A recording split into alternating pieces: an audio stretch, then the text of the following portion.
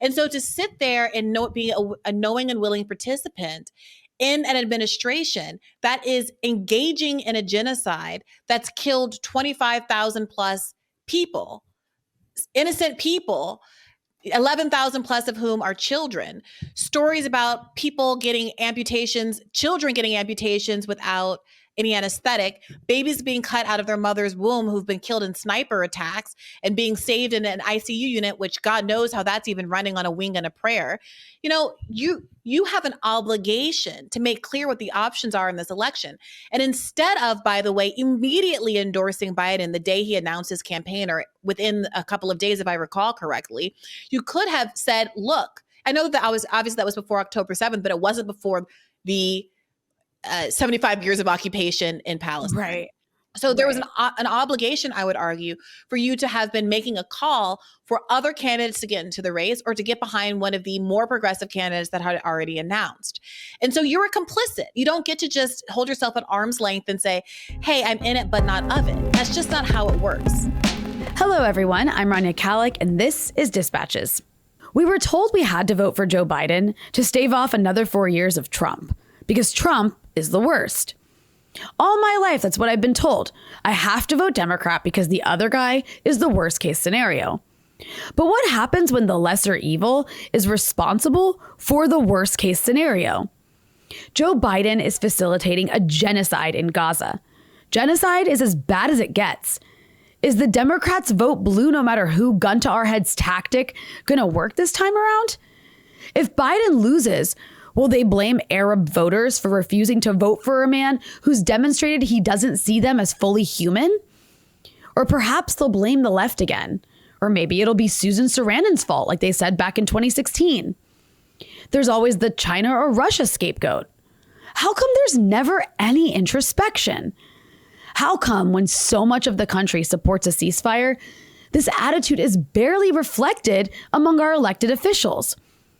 Why does the Democratic Party in particular refuse to budge on Israel, despite its base becoming increasingly pro-Palestine? Why are they willing to risk an election over it?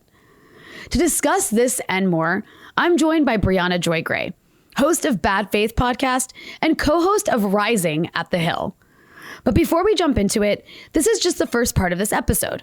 The full interview is available to Breakthrough News members only. You can become a member at patreon.com/breakthrough news. And as always, be sure to hit the subscribe button and the bell so you get a notification whenever we post new content. And if you appreciate this show, you can also donate below on YouTube. Brianna, welcome to the show. Thank you so much for having me, Rania. It's my pleasure. Well, I'm so happy to have you on. It's, I think I remember when you had me on your show, you were like, I can't believe I haven't had you on yet. And I feel the same way. It was nuts. And I selfishly want to have you on over and over and over again for two reasons. One, because you're one of the best, most cogent, knowledgeable, coherent voices, particularly on what's going on in the Middle East. And two, because it is like painfully difficult to find female guests. Oh, I hear you. Oh my, I'd struggle with this too. I look at the lineup and it's like, I have some sympathy for folks who've gotten, dinged in the past for not having more kind of gender diversity on their shows. Because every week I'm like, who's the woman version of this expert for this subject? And I think so many of the women in this space happen to have their own shows and very busy schedules themselves that like, I can't endlessly make demands of you and Katie and Crystal just to keep like a rotating, shift on each other's shows. So I know I'm going to do better. And if people have folks in mind, I always appreciate recommendations. But anyway, it's a long way of saying I have an extra level of appreciation for you. Well, I appreciate that. And the feeling's super mutual. And it is a struggle. And I think it's because like so much of the political commentary, analysis, journalism field is just, oversaturated with men, like a lot of fields where it takes like a lot of boldness. So it can be difficult to find outspoken women. They exist. They definitely exist, but they're pushed down to the bottom so much, as you and I both know, because you have to kind of claw your way into spaces.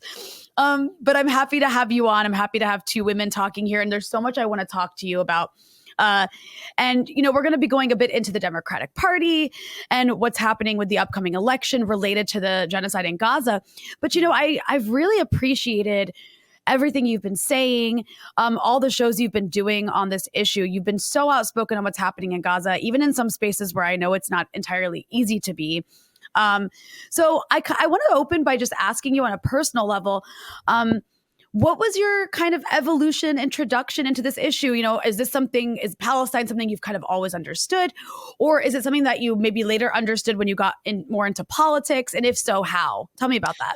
That's interesting. I do think that it's always been the case. I lived abroad during my youth. My mother worked for the United Nations growing up. And I think because of her experiences, for example, being sent to evacuate UN staff from Lebanon, feeling personally threatened by IDF missiles as they were told, oh, you're safe to evacuate, but they're seeing bombs go off around them, holding the hands of her Palestinian colleagues as they talk about what their families have been through. I mean, it has always been a conscious issue in my life without having to learn it in a more academic way.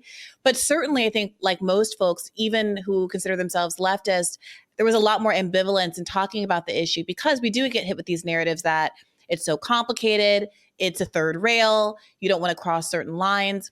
And I remember having Mark Lamont Hill on Bad Faith podcast a couple of years ago. He wrote that book about the leftists being progressive except for Palestine and how it really is this third rail.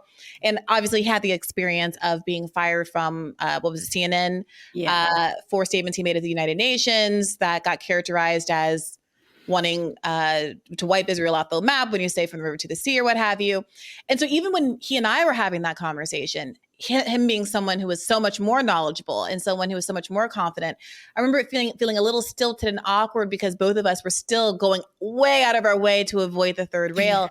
And it's frankly been really heartening for me to see how much more freedom, rhetorical freedom and confidence that folks, including myself, have gained just in the last few months because of the exigency of what's going on in Gaza.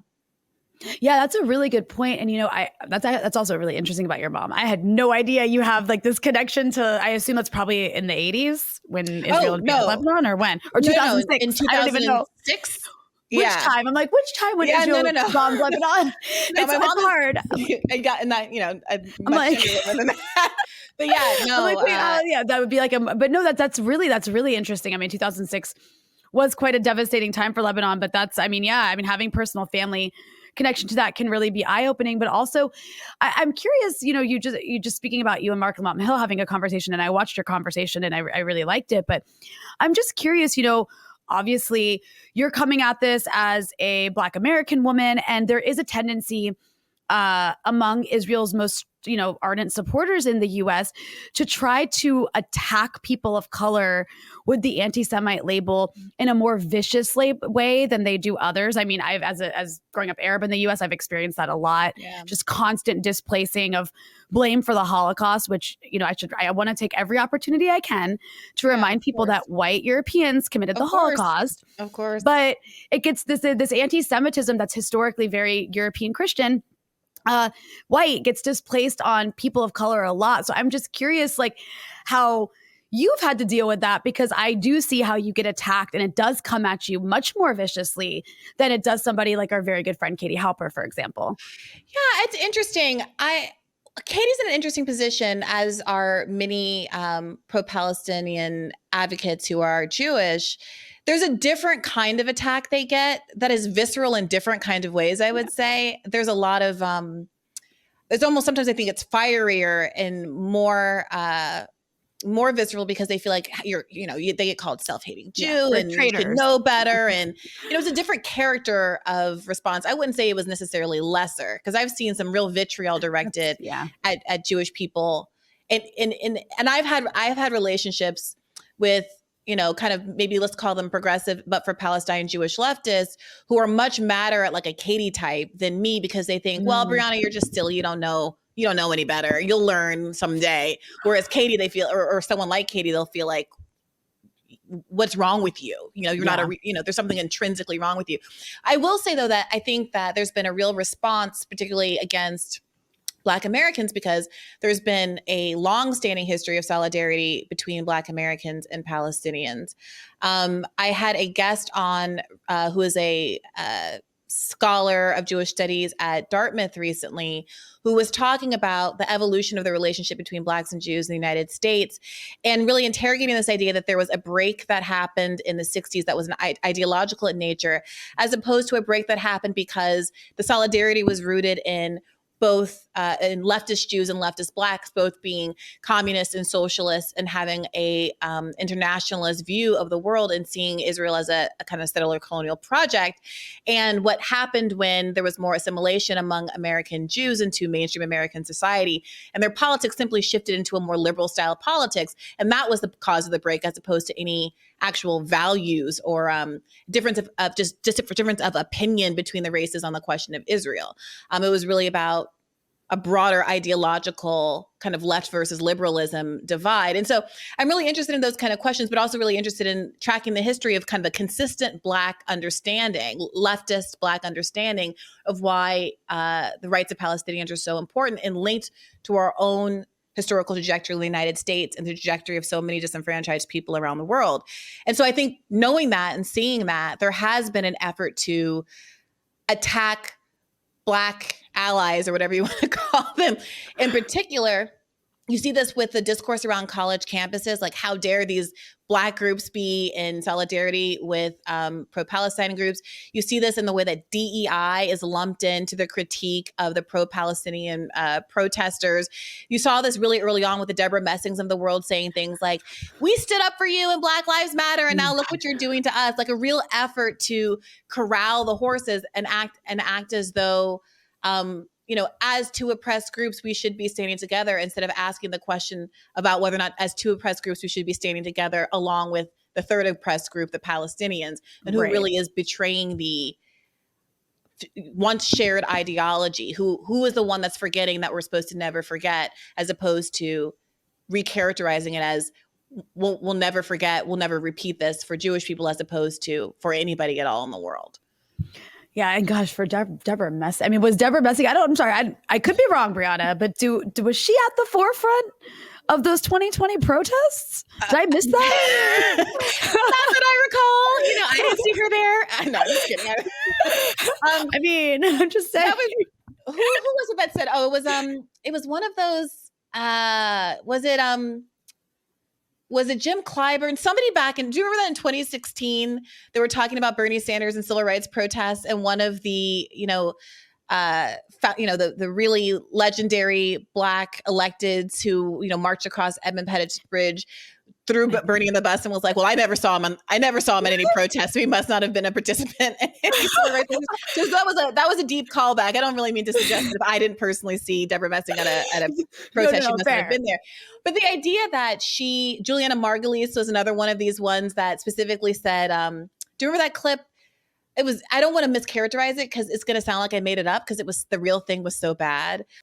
She's the woman from, I know who you're talking about. She's the woman from The Good Wife. Yes. Who exactly. I had no idea was like a psychotic right-winger, apparently. Is she a right-winger, or is it just on this issue? She sounds like one. She sounds like one on this issue. Like, what she said was so insane. And as someone who plays a lesbian journalist on the morning show, I'm more offended by it as a lesbian than I am as a Jew, to be honest with you, because I want to say to them, you fucking idiots. You don't exist. Like, you're even lower than the Jews. A, you're Black, and B, you're gay. And you're turning your back against the people who support you? So, to be clear, she's not lesbian. But as someone who played a lesbian on TV,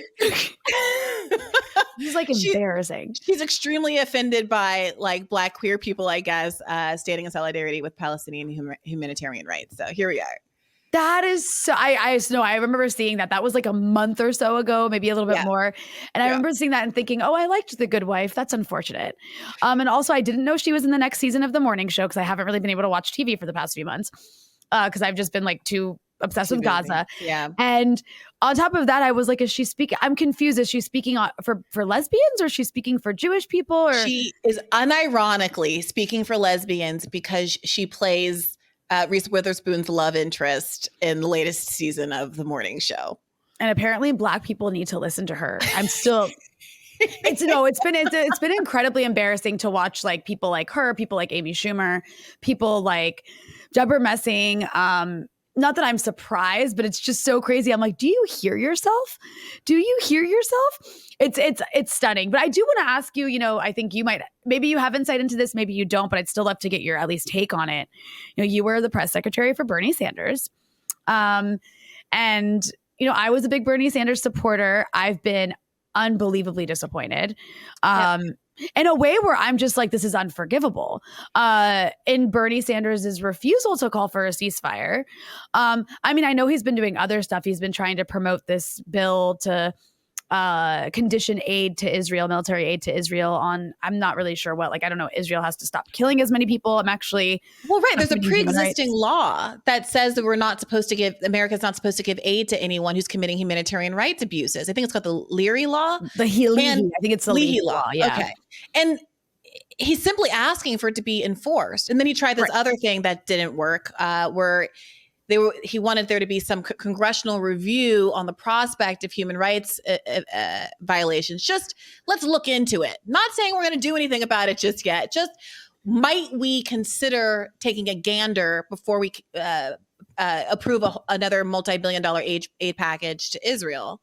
Yeah. And of course, as you well know, that didn't fly either. So yeah, you're right. He has been doing things which are, I think, meaningful, not just gestures, but meaningful efforts to create some accountability in this process and to put some obstacles up between the United States and its funding of Israel and providing of weapons to Israel as it commits a genocide.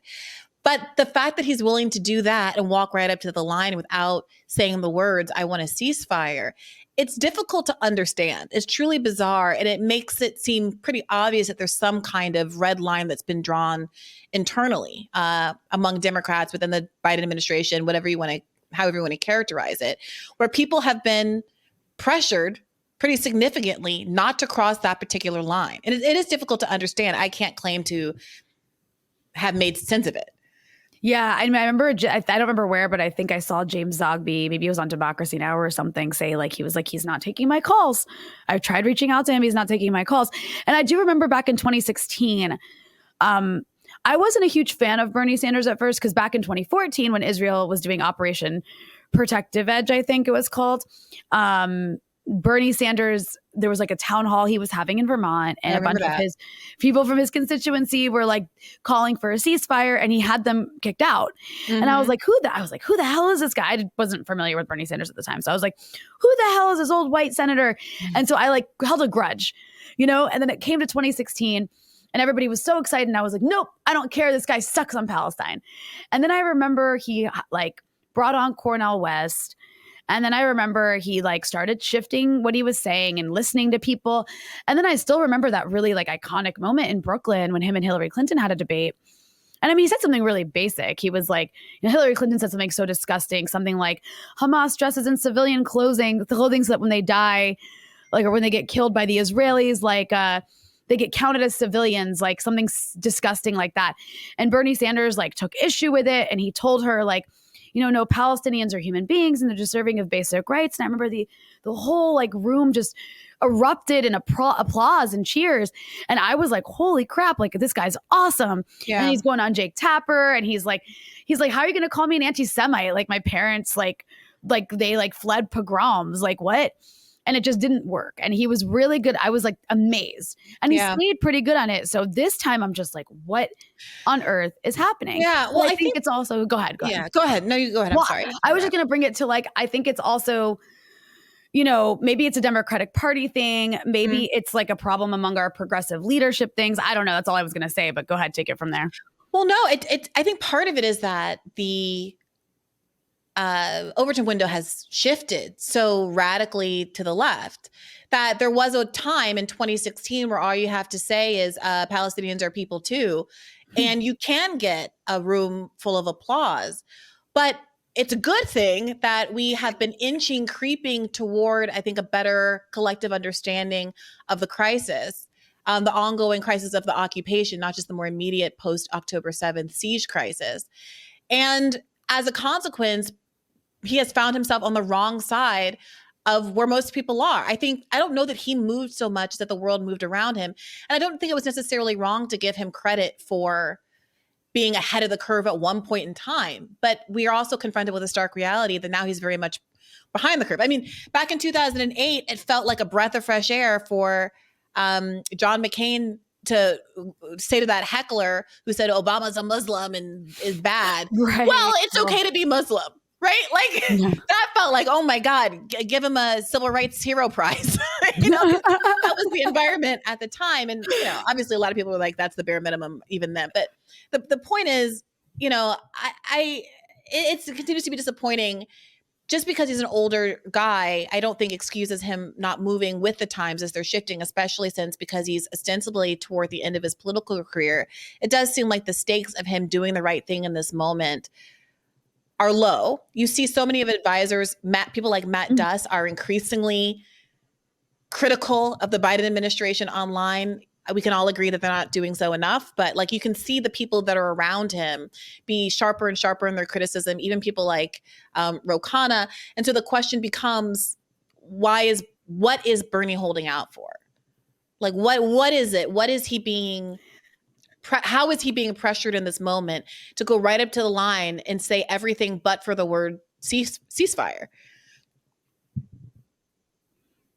It's a good question. And I wish I knew the answer, but I do feel like, at least from where I'm sitting, it looks to me like Bernie Sanders is no longer the leader. And if he ever was, I mean, I guess he was kind of the figurehead of something on the left for some time. And I feel like that era has ended with this. And it really, yeah. So now what? So in an irreparable way, and that's a good question. So now what? And before we get to like the squad, I want to ask you, what are your thoughts on, and I mean, this is a very progressive except for Palestine, but also John Fetterman. I mean, John Fetterman has been like, Netanyahu practically in the way he's been talking about this, which has been really shocking because for a moment he seemed like, the new it guy on the progressive side of things. And like, he was your working man, though I recently learned that he's actually not family. He went to Harvard. Like, yeah. It's extremely like cosplaying. Very effective, apparently, cosplay. Yeah. But I mean, I think go ahead. I'd love to hear your thoughts on John Fetterman. Nathan Robinson on Bad Faith podcast for the Monday episode this week. And he, remember, got a lot of flack from folks on the left because during the campaign, the senatorial campaign, he was calling out Fetterman's staff for focusing too much on kind of online antics, playing into all the discourse about Dr. Oz not being from Philadelphia or from Pennsylvania, while being really light on the substance of what John Fetterman actually stood for. And I think a lot of people at the time thought, well, Nathan, don't look a gift horse in the mouth. This kind of viral, Gen Z, TikTok fun dunking on the internet is working for Fetterman. Fetterman's our guy. What do you want Dr. Oz to be, Senator? Just like take the W. And now at this point, it is worth reflecting on whether or not we should have been more circumspect, not just because of the online nature of the campaign, which I don't think is a problem in and of itself, but by the fact that it wasn't accompanied by more substance and that we didn't get more clarity, perhaps because of the success of the online antics, about what Fetterman actually really stood for. Now, there's also an argument that says, well, what do you do about it? Assuming that we're past the primary process, if it is Fetterman and Oz, we're in one of these situations again where are we saying vote blue no matter who because the alternative is worse? Is the calculation of vote blue no matter who different when it's a Senate race as opposed to a national electoral race, a presidential race? Are we willing to bite the bullet and bend the knee so that the eventual president has the votes in the Senate to perhaps enact important policy changes that are, I don't know. I mean, these are difficult questions, but I certainly think Nathan's insight is worth reflecting on in retrospect. Definitely. Yeah. And then you look at the squad, which, I mean, to be fair to the squad, I mean, what Rashida Tlaib was subjected to was really horrible. And like they rallied around her when she was, but then I haven't heard anything from them since. And this is ongoing.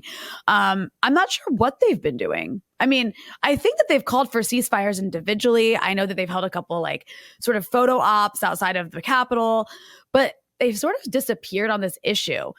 And so it just becomes like, what do they matter if in this situation they have no power to put any pressure on anyone anywhere and have literally just kind of I mean, I don't know if you saw, it. there was a recent clip of AOC on this kind of fun podcast that's gone viral with these two ladies, two blonde ladies, and like they're, I don't want to guess people's ages, but like maybe 40s or 50s. And they kind of have like a Southern ladies sitting on my front porch dishing kind of vibe about them, just kind of talking trash about people, but they're unexpectedly kind of funny and unexpectedly kind of progressive to the extent that you might stereotype them for being Southern white ladies, you know? And so they had AOC on, and they asked her in this clip that's been going around. I think Glenn Greenwald just tweeted it out if you want to take a look at it. Whether or not they're like Team Biden, if she's Team Biden. At the end of the day, they're like, well, he's getting all this pushback on a lot of stuff, but like, are you ultimately Team Biden? And she says, yes, I am. And kind of makes this sort of a vote blue no matter who argument. So that's where AOC is. Wow. That's where AOC is. Jamal Bowman, I know, recently caught some fire on Twitter for distancing himself from Norm Finkelstein. Either he was on a show that had hosted him or was at an event where he was affiliated, and some Zionist online folks were criticizing him for that. And so he said, I had no idea about Norm Finkelstein's past. You know, there's a whole group of people that will accuse Dr. Finkelstein of being a Holocaust denier, despite his parents obviously surviving the Holocaust. So, I mean, that's the kind of stuff I'm hearing out of them right now. And I completely echo your sympathies and compassion for Rashida Tlaib specifically, and also Ilhan Omar as the two Muslim women of Congress who have been really getting it. And Rashida, I mean, I can't even begin to imagine what this experience has been like for her on a personal level. But it doesn't feel like she has very much support within her party, even frankly, within the squad. Yeah, I pulled up this clip that you were talking about. Yeah. I'm not going to play all 5 minutes, but I think I'm hoping that the beginning of this is a part. I've actually never seen these women. This is interesting, an interesting setup. They got AOC on, so let's hear what she had to say here. Had it or hit it, Joe Biden. Hit it. You know, honestly, here's the thing. I think sometimes people want electoral politics to be, we overly identify with, it's like if you vote for someone, they have to be the embodiment of you. And that's actually something that I think Donald Trump provided to a lot of people, where it's like, if you voted for him and if you were a Donald Trump person, like you want, like it symbolized so much. But I think what we have here in this situation is a more just honest thing. There are plenty of things that the president does that I completely disagree with. I think, right now what's happening in Gaza, I can't go on every single day seeing this. I don't associate myself with what's happening. But at the end of the day,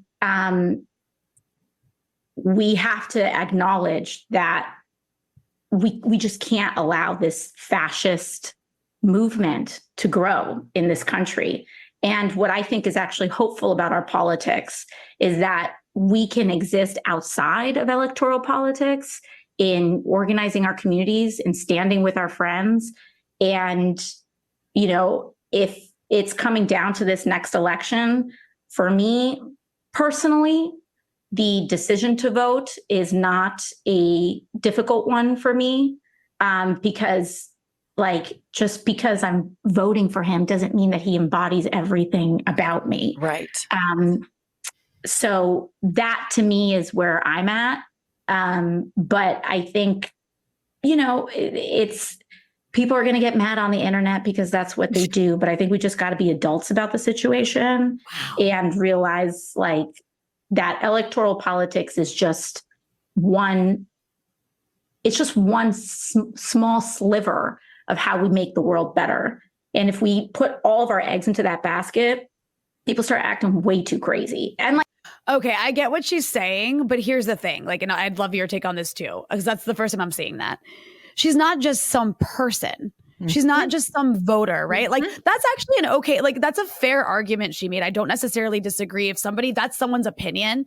If they're like, I don't agree with him on Gaza, still going to vote for the guy. All right, go vote for him. That's totally fine. I agree with you. Electoral politics is just one of many things. You are a sitting member of Congress. Why on earth are you just giving away your support that way? Like you actually have some leverage and you're just not going to use this. All right, you're just nodding. Please go ahead. No, I think that's spot on. She's talking about electoral politics just being a tiny sliver of what's going on and how it's not that important. Your entire reason of being famous is that you are the beneficiary of electoral politics. And the argument that you all made was that you're going to vote for me. We're going to go into Congress. We're going to shake things up from the inside. We're going to do an adversarial style of politics. That was literally the purpose of Justice Democrats as an organization. But they got elected and immediately started talking about how we're not going to vote as a block. We're not really a squad. That was just a branding exercise that a magazine did one time that took off. And so to sit there and being a knowing and willing participant in an administration that is engaging in a genocide that's killed 25,000 plus people, innocent people, 11,000 plus of whom are children. Stories about people getting amputations, children getting amputations without any anesthetic, babies being cut out of their mother's womb who've been killed in sniper attacks and being saved in an ICU unit, which God knows how that's even running on a wing and a prayer. You know, you have an obligation to make clear what the options are in this election. And instead of, by the way, immediately endorsing Biden the day he announced his campaign, or within a couple of days, if I recall correctly, you could have said, look, I know that that was before October 7th, but it wasn't before the 75 years of occupation in Palestine. Right. So there was an obligation, I would argue, for you to have been making a call for other candidates to get into the race or to get behind one of the more progressive candidates that had already announced. And so you were complicit. You don't get to just hold yourself at arm's length and say, hey, I'm in it, but not of it. That's just not how it works. Yeah. It's really, it's utterly shocking. And it's really just throwing it in. Like, also she's in a district where, like, what are you even afraid of? You're popular in your district. You're going to win your reelection. It's just so unbelievably ignorant, but I don't know if it is. I don't know. I don't know if she's just ambitious. I don't know what's in her heart. I really don't, but it's very, I'm like really trying to restrain my anger about this because it feels very personal for me, right? Like, yeah, I can imagine. I live in a country that every day the Israelis are like, hey, we're going to turn you back to the Stone Age. And also, like 200 miles from where I live, there's a genocide happening to people that I feel are my people. Yeah. And my representation in the US, like, it's like barely anyone, not anyone, like not anyone speaks the way I do or any of the people I speak. They don't speak like us. They don't support a ceasefire. If they do, it's very tame. And that's the next thing I want to get to here is the Democratic Party is made up of people who are so pro-Israel, they're willing to fracture from their base. And when I say that they're willing to fracture from their base, what I mean is that I've been watching for the past like couple of decades, specifically I'd say like the last 10 to 15 years. If you look at polls over how the Democratic base feels about the issue of Israel-Palestine, you see increasingly they are more and more pro-Palestine and less pro-Israel. And then when you go by generation, you break it down by generation, it's even more. I mean, there was a recent Gallup poll, it was back in November. And there was a lot of destruction by November. There's even more destruction of Gaza now, where there was a significant portion of Democratic voters who disapprove of Biden's handling of the war. And specifically the under 35 range, it was like 69% disapprove. And then when asked which side they sympathize with, Israelis or Palestinians, Democrats younger than 35 were more likely to sympathize with Palestinians, 74% of them, than Israelis, just 16% of them. And even when you go older, Democrats 65 and older were more likely to sympathize with Israelis, but it was still only 45%. And then 25% sympathized with Palestinians. And then I guess the rest were like not really going either way. The point is to say there is a huge generational divide on this issue. And then when you go down to like people of color, it's even more pro-Palestine. But the Democratic base, there's no question, is increasingly pro-Palestine, increasingly against Israel. And this party, it's not reflected anywhere in this party. And I'm just curious your thoughts on that and what that means for this party moving forward. Yeah, I'm not going to sit here and pretend that the overwhelming majority of Americans would join me in wrapping myself in a keffiyeh and chanting from the river to the sea. But an overwhelming majority of Democratic voters support a ceasefire. That is just a bottom barrel basic demand at this point. That is, I think it's being characterized as it's much more radical than it is. So a lot of us have been citing this, like, I think 66% overall figure of Americans who support a ceasefire. But it's worth noting that it's upward of 70%. I've seen polls showing it was as high as 80% of Democratic voters, who are the people that Biden needs to turn out to win elections, do support a ceasefire. And increasingly, people have been saying that this is their red line. So everybody knows that I was the person who attracted a lot of ire back in 2016 and 2020 for saying that I had my own litmus test and would not vote for Joe Biden at those times. And a lot of folks, including folks on the left, disagreed with me on that, as their right. But I've seen a lot of those same people saying that what's happening in Gaza, watching a genocide unfold on TikTok, is their red line. And I respect that. Whatever it took for folks to get to their red line, more and more people are realizing that the conduct of the current administration is not one they can endorse, even with their votes. And I saw I think it was a CNN not a town hall,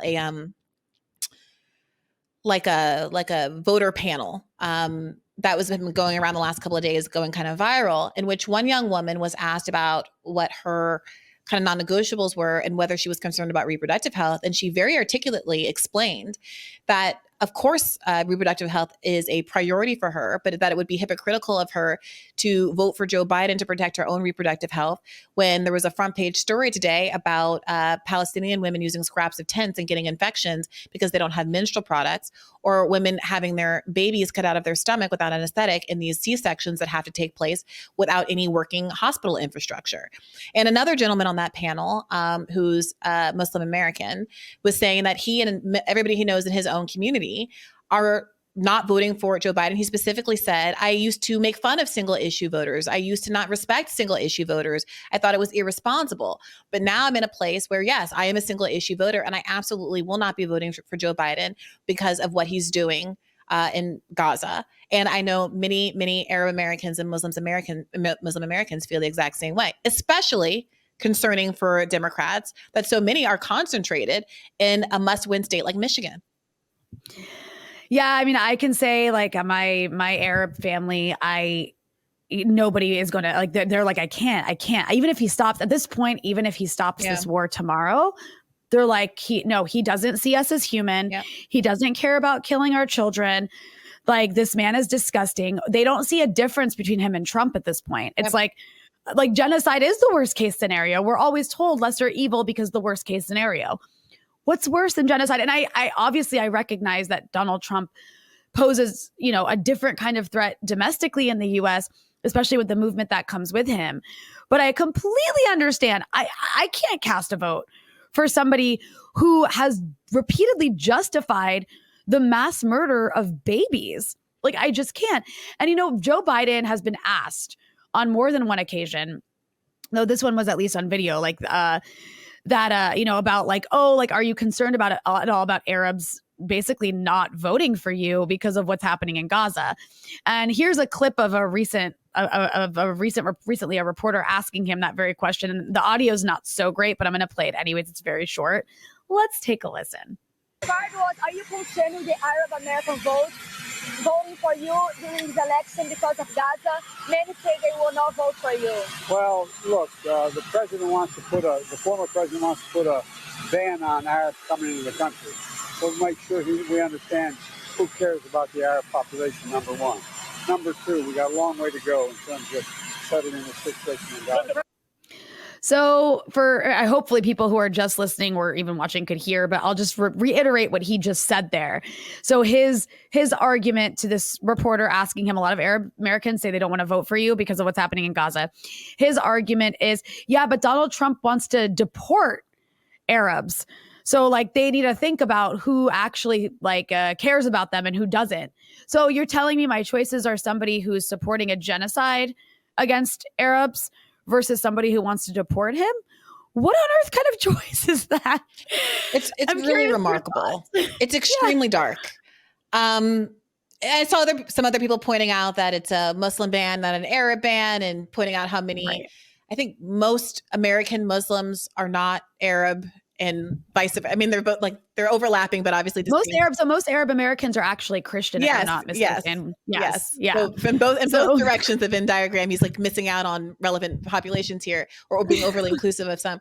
But the point stands that it's incredible to try to weaponize something like a Muslim ban against the policies that you're enacting in the moment that you have complete control over, acting like it's a zero-sum game.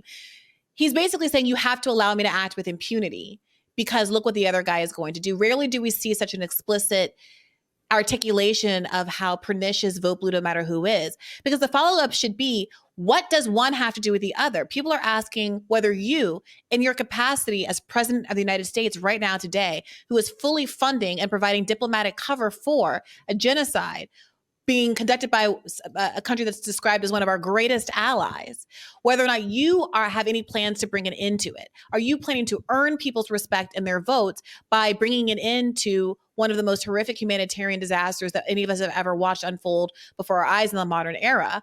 Or are you simply going to fearmonger and shake a stick and say, you better eat shit and like it?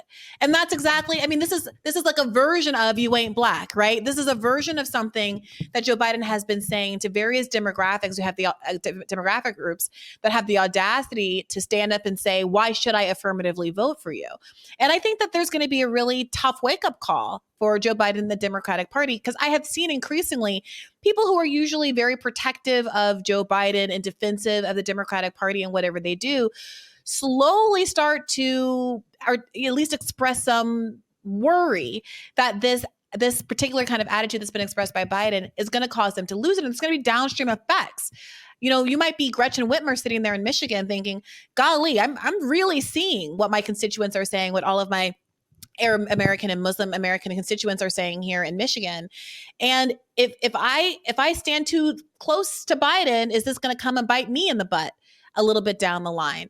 People are concerned, and you can see some shifting attitudes. People like Adam Johnson have been doing a really good job covering how even the mainstream press is trying to create some preemptive insulation for when this I'm hesitant to say when this goes really bad, like turns bad, because it's already turned about as bad as many people can imagine.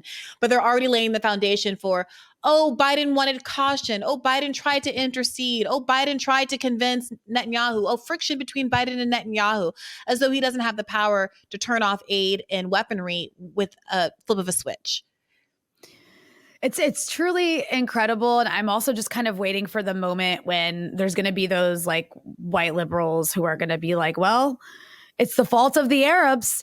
They didn't come out and vote for him and they got Trump elected again. And it's just like, no, like it's your fault. It's your fault. And it's every single time this happens, it's like, well, it's the fault of the left. It's the fault of Susan Sarandon. It's Briahna Joy Gray's fault. Always. It's always it is. You know what? Brianna. I'll own it, Rania, because I got to say, my frustration at times with the left has been, if you want to, those arguments happen no matter what we do, right? In 2016, more Bernie voters voted for switched paths and and voted for Hillary Clinton than Hillary Clinton voters in 2008 switched over and voted for Barack Obama when he was the eventual Democratic nominee, right? Historically, the left falls in line. Whether or not I like it, historically, the left falls in line. And yet they still get blamed for Trump or whoever else comes down the pike. So to me, the goal should be creating a foundation for making a more politically advantageous argument when and if the Democratic nominee ends up failing. So if you establish well in advance, years in advance, that here are our conditions to actually voting for the Democratic candidate, maybe the condition is to actually have a fair primary where there are debates that the DNC hosts and that Biden participates in, actually giving us an opportunity at a Democratic election.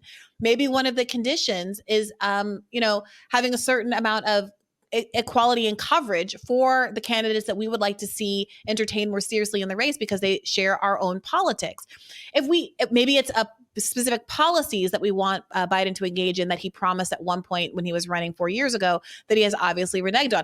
I don't know what it is, but the point of the matter is we need to be in a position, in my view, to say, We gave you an out. We gave you an opportunity to earn our votes.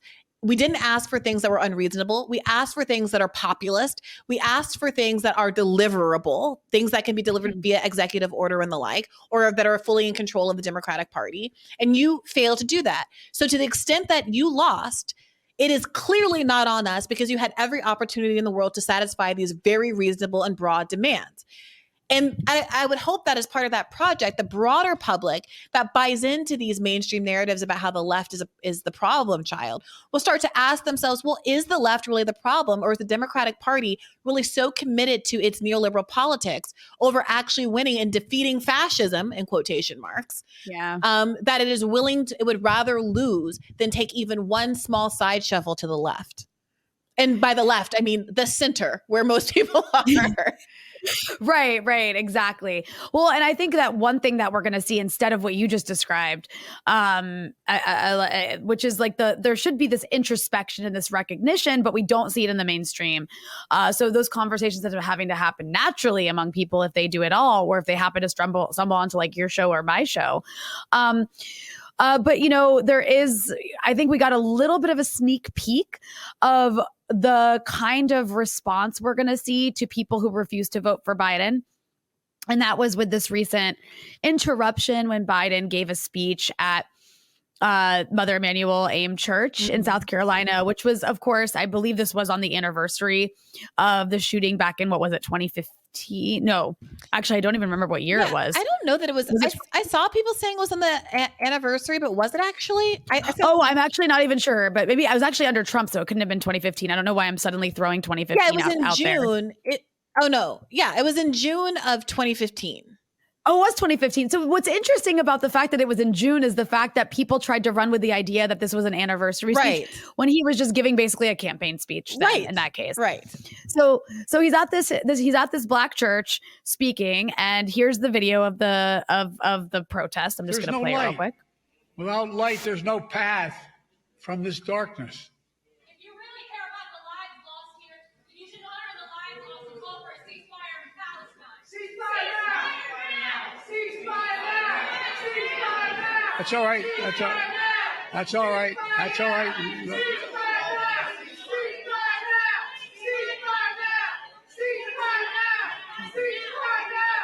Okay, so I mean, he basically, and they end up being removed, and then he's like, it's all right, as you can see. I mean, I thought it was a perfectly fine disruption. I mean, ceasefire now, ceasefire now. And so what was the response to that were comments like this by Edward Isaac, is it Dovier? I'm not sure how to pronounce his name. I think he's at the Atlantic, if I'm not mistaken, but he's like, he went into like crisis PR mode for the Democrats and says ahead of Biden's arrival, anticipating that there might be protests, the pastor of Mother Emanuel specifically asked for people attending to show respect for the church by not interrupting. Both protesters who interrupted at the historic black church were white. So now, Brianna, the issue is not about genocide. It's not about whether it's appropriate to protest Biden. It's now they were white. They were white and they were interrupting black people. So actually this protest against genocide in Gaza was in reality racist. Right. I mean, so this is the playbook. I mean, this is the exact playbook that basically started my journalism career because I was so frustrated in these kind of arguments being weaponized against Bernie back in 2016. If you enjoyed this episode and want to hear the rest, you can access it by becoming a Breakthrough News member at patreon.com/breakthrough news.